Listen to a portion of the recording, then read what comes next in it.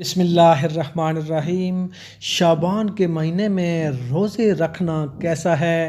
حضرت عائشہ صدیقہ رضی اللہ تعالی عنہا نے نبی پاک صلی اللہ علیہ وآلہ وسلم سے دریافت فرمایا کہ آپ شعبان کے مہینے میں بہت کثرت سے روزے رکھتے ہیں، تو نبی پاک صلی اللہ علیہ وآلہ وسلم نے فرمایا کہ شعبان کے مہینے میں ایک رات ایسی ہے جس رات ہمارے تمام اعمال اللہ کے ہاں پیش کیے جاتے ہیں۔ سبسکرائب کیجئے Namal T V YouTube channel کو اور بیل آئیکن کو پریس کر کے آل کے اوپر کلک کر لیں، اور اس رات کو زندگی اور موت کے فیصلے ہوتے ہیں، اور میں چاہتا ہوں کہ جب میرے اعمال اللہ پاک کے ہاں پیش ہوں تو اس وقت میں روزے سے ہوں۔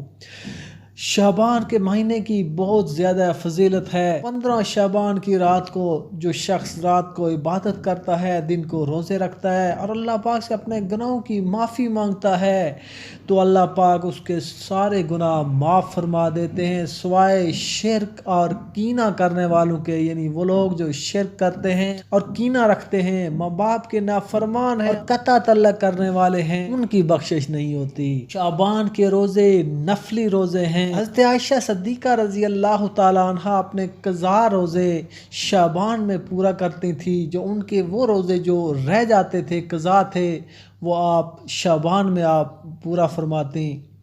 حضرت ام سلمہ رضی اللہ تعالی عنہ سے روایت ہے، یہ ترمذی کی حدیث ہے، کہ نبی پاک صلی اللہ علیہ وآلہ وسلم کو رمضان اور شعبان میں پے در پہ روزے رکھتے ہوئے دیکھا گیا، یعنی آپ شعبان میں بھی کثرت سے روزے رکھتے تھے۔ ابو داؤد کی روایت ہے، اسامہ بن زید رضی اللہ تعالیٰ عنہ فرماتے ہیں کہ نبی پاک صلی اللہ علیہ وآلہ وسلم کو رمضان کے علاوہ شعبان میں کثرت سے روزے رکھتے ہوئے دیکھا گیا۔ آپ صلی اللہ علیہ وسلم نے فرمایا، لوگ رجب اور رمضان کے درمیانی مہینے یعنی شعبان کے مہینے کی فضیلت سے غافل ہیں۔ یہ وہ مہینہ ہے جس میں اعمال اللہ پاک کے ہاں پیش کیے جاتے ہیں، تو زمین و آسمان کے تمام فیصلے ہوتے ہیں، مہینے میں زندگی اور موت کے فیصلے ہوتے ہیں۔ کچھ نفلی روزے ہیں اور کچھ ایسے روزے ہیں کہ جن کو نبی پاک صلی اللہ علیہ وآلہ وسلم نے ساری زندگی کا معمول بنا کے رکھا، تو وہ روزے ایک سنت کی حیثیت اختیار کر گئے، جس طرح کہ نبی پاک صلی اللہ علیہ وآلہ وسلم ہر سوموار کو اور ہر جمعرات کو روزہ رکھتے تھے، کیونکہ جو ویکلی اعمال اللہ پاک کے ہاں پیش کیے جاتے ہیں وہ سوموار اور جمعرات کو پیش کیے جاتے ہیں۔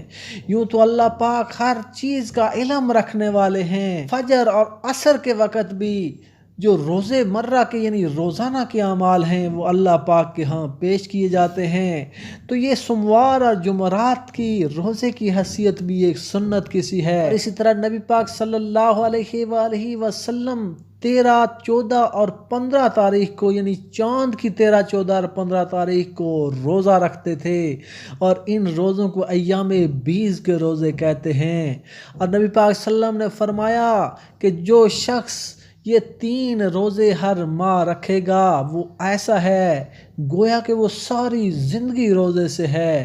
نبی پاک صلی اللہ علیہ وآلہ وسلم چاہے سفر میں ہوں یا حضر میں ہوں، ہمیشہ یہ ایام بیض کے روزے رکھتے تھے، اور آپ صلی اللہ علیہ وآلہ وسلم اپنے صحابہ کو بھی یہ روزے رکھنے کا حکم دیتے تھے۔ انس رضی اللہ تعالیٰ عنہ سے روایت ہے، آپ نے نبی پاک صلی اللہ علیہ وآلہ وسلم دریافت فرمایا کہ رمضان کے علاوہ کون سے مہینہ کا روزہ رکھنا افضل ہے، تو نبی پاک صلی اللہ علیہ وسلم نے فرمایا کہ شعبان کے روزے رکھنا افضل ہے۔